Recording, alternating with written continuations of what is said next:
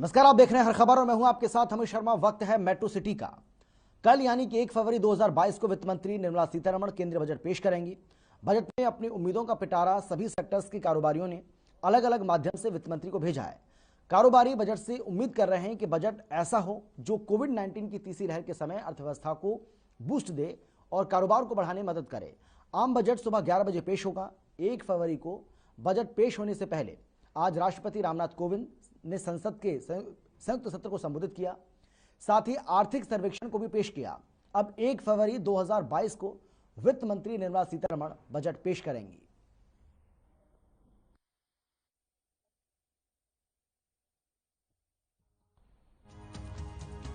तो बजट से क्या है उम्मीदें, ये आपको बता रहे हैं। देश की इकोनॉमी में बड़े बदलाव के संकेत हैं। राजकोषीय स्थिति में सुधार के उपायों पर फोकस करना बहुत ज्यादा जरूरी है। सरकार को इंफ्रास्ट्रक्चर और रोजगार बढ़ाने को प्राथमिकता में शामिल करने की जरूरत है। मेडिक्लेम पॉलिसी प्रीमियम पर जीएसटी की दर कम करने की भी जरूरत है। मेडिकल पर 18% है, इसे घटाकर अब 5% करने की मांग की जा रही है। इससे लोगों के बीच हेल्थ पॉलिसी की मांग बढ़ेगी। अभी 18% टैक्स के चलते लोगों को परेशानी होती है। इस बार बजट में वित्त मंत्री निर्मला सीतारमण जो है वो बड़े ऐलान कर सकती हैं। इसके साथ ही कहा जा रहा है कि जो सैलरीड क्लास है उसके लिए भी बड़े ऐलान कल किए जा सकते हैं।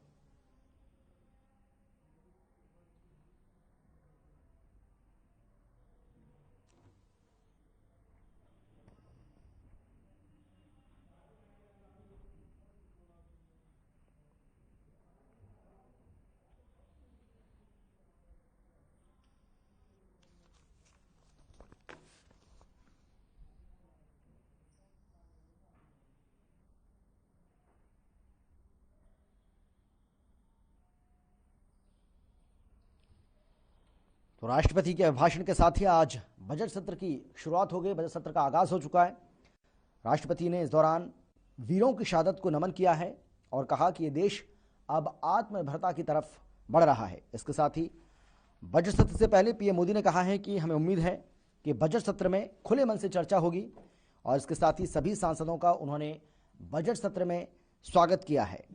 आपको बता दें कि आज से बजट सत्र की शुरुआत हो गई है और वित्त मंत्री निर्मला सीतारमण ने आज आर्थिक सर्वेक्षण को भी सदन पटल पर रखा, उसको पेश किया और कल साल 2022-23 का बजट पेश किया जाएगा।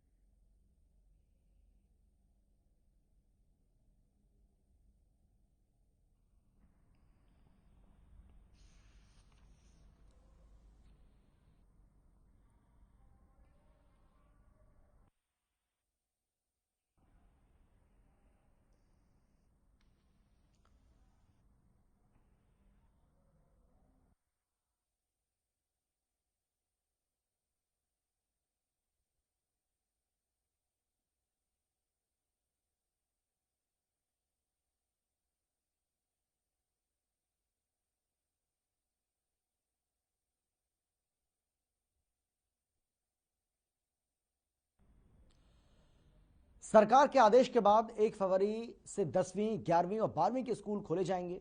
इसके लिए सरकारी स्कूलों में भी तैयारी शुरू कर दी गई है। पलवल जिले के सभी गवर्नमेंट सीनियर सेकेंडरी स्कूलों में भी तैयारी की जा रही है। सभी क्लास को सैनिटाइज करवाया गया।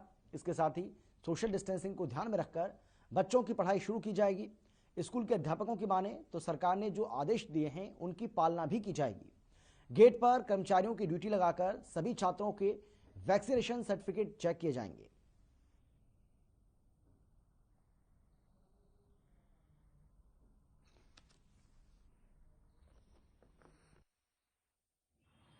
विद्यालय के अंदर सभी कमरों को सैनिटाइज वगैरह करा दिया गया है, सफाई करा दी गई है।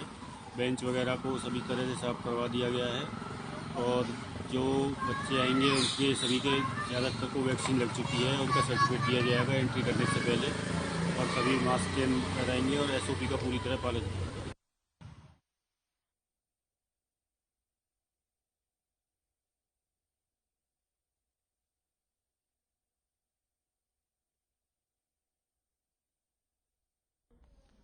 गुरुग्राम में डीएलएफ फेस थाने के सामने अभिभावकों ने स्कूल प्रबंधन के खिलाफ प्रोटेस्ट किया। अभिभावकों का आरोप यह है कि जो डीएलएफ फेस 2 में एक नामी स्कूल है, उसने अपनी एक ब्रांच शुरू की है, लेकिन उसे अभी तक मान्यता नहीं मिली है और बिना मान्यता के ही इस स्कूल को चलाया जा रहा है। इसके विरोध में कई बार अभिभावक प्रोटेस्ट कर चुके हैं। जिला उपायुक्त से लेकर तमाम अधिकारियों को इस बात की शिकायत भी दी जा चुकी है। इस पूरे मामले में पुलिस ने शिकायत लेने के बाद अब मामले की तफ्तीश शुरू कर दी है।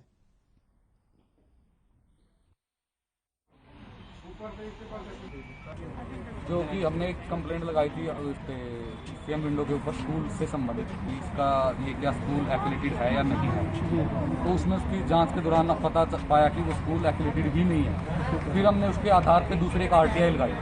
RTI में भी वही आया सेम कि इसकी कोई भी आधार नहीं है स्कूल का और ना इसके पास किसी प्रकार की कोई मान्यता नहीं है। फिर उन दोनों को आधार बनाते हुए हमने कंप्लेंट DO को, DC को, FFRC को, ADC को सबको दी गई। तब DC साहब ने कमेटी गठित करी गई। उस कमेटी में ADC को मेन टीम लीडर बनाया गया, DO को और BO को जांच के लिए उसमें तो साथ में जोड़ा गया। तो वो जांच हमारी 31 दिसंबर 2021 को पूरी हो चुकी है, तो जिसकी हमारे पास कॉपी है और उस कॉपी में ADC साहब ने क्लियरली लिख दिया है कि ये स्कूल धरातल पे नहीं है, इस स्कूल के पास किसी भी प्रकार की कोई मान्यता नहीं है। इसका मतलब ये स्कूल धोखा दे। और चलिए अब बात करेंगे गुरुग्राम की, जहां CIA टीम ने शातिर स्नैचर को पकड़ने में बड़ी कामयाबी हासिल की है। पुलिस ने स्नैचर गैंग के 2 शातिर स्नैचर को गुरुग्राम पुलिस ने गिरफ्तार किया है। आपको बता दें कि गिरफ्तार किए गए दोनों स्नैचर दर्जनों वारदात में शामिल हैं और दोनों ही आरोपी यूपी के रहने वाले हैं। पुलिस ने दोनों आरोपियों से 11 मोबाइल फोन भी बरामद किए हैं।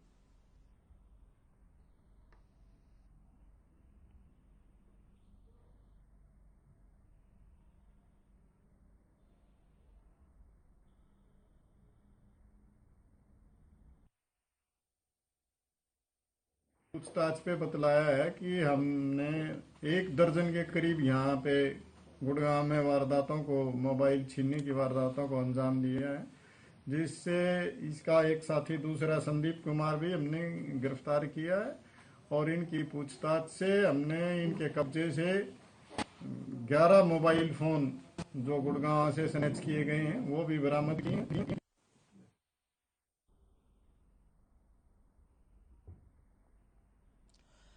हरियाणा राज्य बाल कल्याण परिषद की उपाध्यक्ष पारिशा शर्मा ने सेक्टर 4 की ओल्ड एज होम में जिले की पहली दत्तक ग्रहण एजेंसी का रिबन काटकर शुभारंभ किया। पारिशा शर्मा ने उद्घाटन के बाद अपने संबोधन में कहा है कि इस एजेंसी के शुरू होने के बाद अब गुरुग्राम जिला वासियों को किसी बच्चे को गोद लेने के लिए दूसरे शहर में जाने की जरूरत नहीं पड़ेगी। गुरुग्राम या फिर किसी दूसरे स्थान का नागरिक थोड़े समय के बाद इस एजेंसी के जरिए अनाथ बच्चों को गोद ले सकेंगे। उन्होंने कहा कि लावारिस हालत में मिलने वाले बच्चों के परिजनों का पता न चलने पर और उनको गोद लेने की प्रक्रिया अमल में लाई जाती है, जिससे कि बच्चों का लालन पालन हो सके और निसंतान दंपतियों को भी संतान सुख मिल सके।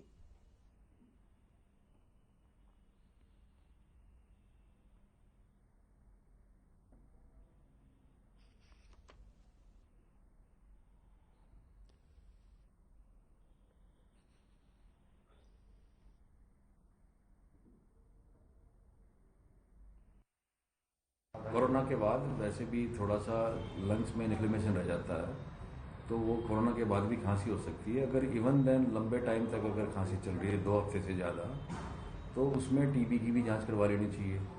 अगर TB की जांच के बाद अगर कुछ TB का टेस्ट पॉजिटिव आता है तो उसका भी इलाज चल सकता है, और अगर फिर भी खांसी है तो वो केवल कोरोना के कारण ही है और उसके थोड़ा सा इसमें साइड इफ़ेक्ट्स पैदा हो जाते हैं जिससे लंबे टाइम तक खांसी चल सकती है।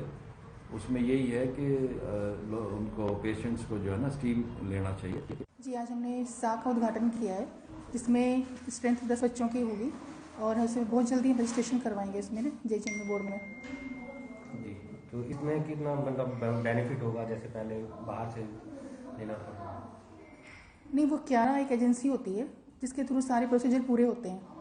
उसके बाद फिर हमें सारी उन्होंने इंक्वायरी करने के बाद ही हमारे पास वो आती है क्वेरीज कंप्लीट होने के बाद। जब उससे टोटल सेटिस्फाई हो जाती है 11 कंपनीज, तो हम बच्चे को फिर उनमें लेवल पे या हमारे एजेंसी के लेवल पे सभी पेरेंट्स को मोटिवेट किया जाता है कि भाई वो बच्चों को लें जिनमें ज़्यादा ही समस्या आती है। किसी के मान लो बाई बर्थ ही अगर कोई हेल्थ प्रॉब्लम है तो हमारे जो इंटर कंट्री अडॉप्शन है वो वहाँ पर 100% अडॉप्शन होती है। वहाँ पर अगर कोई बच्चे में कोई हार्ट की भी प्रॉब्लम है या किसी के आँख में कोई समस्या है, इंडियन कई बार रिलेक्टेंट रहते हैं लेने में, लेकिन बाहर वाले उसको लेके उसका ऑपरेशन करवा के उसको पाल पोसते हैं। फिर भी किसी भी रीजन के कारण अगर बच्चा रह जाता है 6 साल तक, तो बच्चे का अडॉप्शन 18 साल तक हो सकता है।